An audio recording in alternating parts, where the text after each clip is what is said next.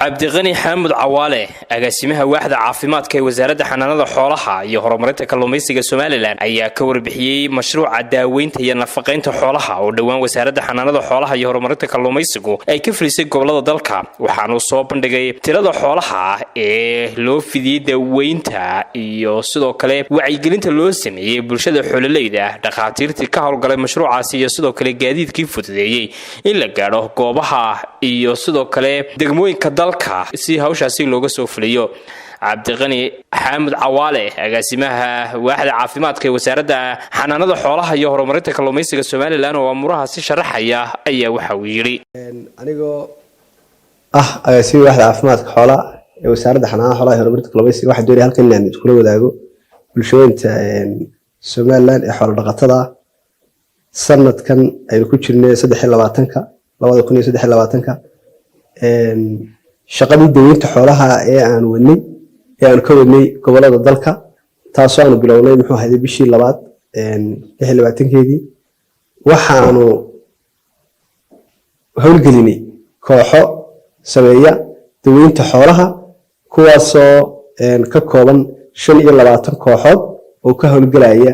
6 gobol ee wadanka Jamhuuriyadda Soomaaliland sidaa daraadeed kooxahaas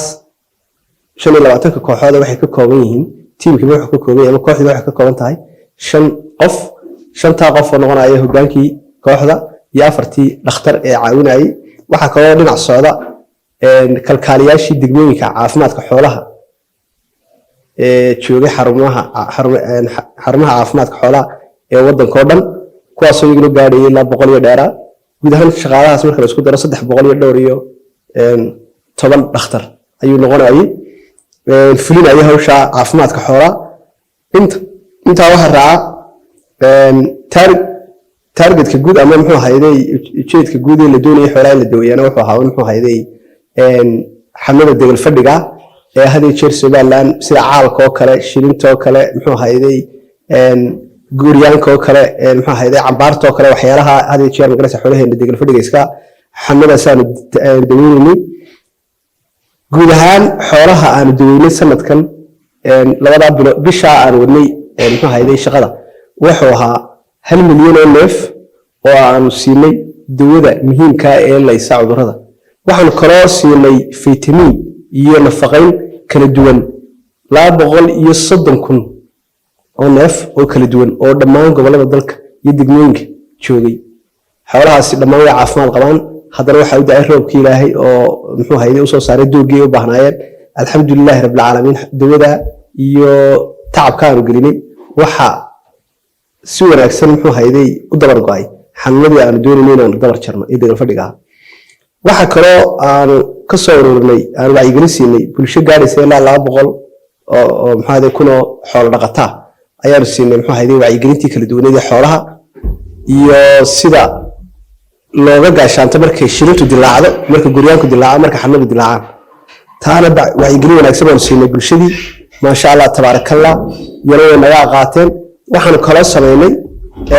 oo dhaqaatiirta iyo kalkaaliyaasha caafimaadka xoolaha ee jooga ee dawladda fulinayay ay soo gureen xanuunadii kale ee naga soo gudbay xuduudaha inooga soo gudbay ee cross border diseases loo yaqaano kuwaasna way soo ururiyeen kuwaana foomkoodii dhameystiran waaxda caafimaadka ayay keeneen waana arrin aad u wanaagsan oo marka saas kale wadanka oo dhan loogu baxo lagu soo helo muxuu ahayd xamada kale aan jirin ee ay wadankeena hadana soo galay kuwaana xogtoodii waa soo ururiyeen shaqaaluhu waxay ka howlgaleen dhammaan goobihii loo cayimay shaqo wanaagsan oo ka qabtay bulshadiina wacyigelin wanaagsan bay siiyeen intaasaan doonaya inaan muxuu hayday bulshada la wadaago xoolihii qofkii dambe ee meelahan ka shaqeynay ku arka